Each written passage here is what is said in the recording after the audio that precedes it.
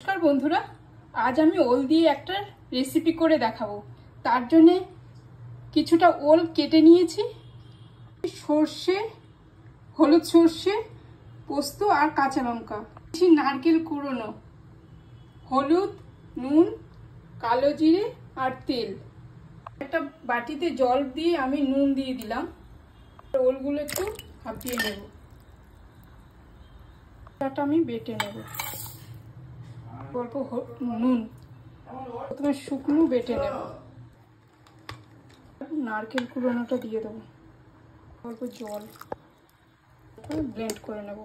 মিহি পেস্ট হয়ে গেছে আমার, ভাপানো হয়ে গেছে। এবার আমি জলটা ছেঁকে নেব।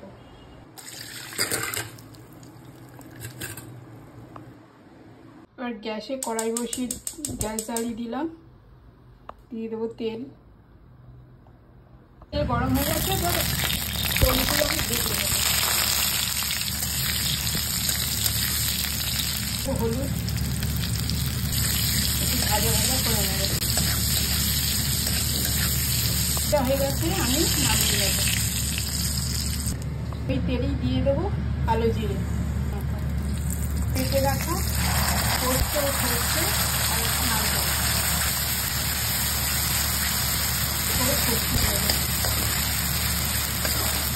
হলুদ গুঁড়ো, চিনি,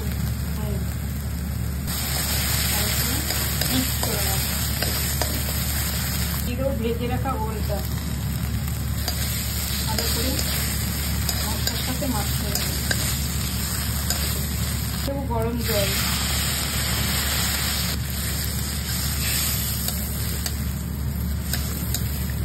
এবার ঢাকা দিয়ে দেবো। ওলের এই রান্নাটা আপনার হয়ে গেছে, আমি নামিয়ে নেব।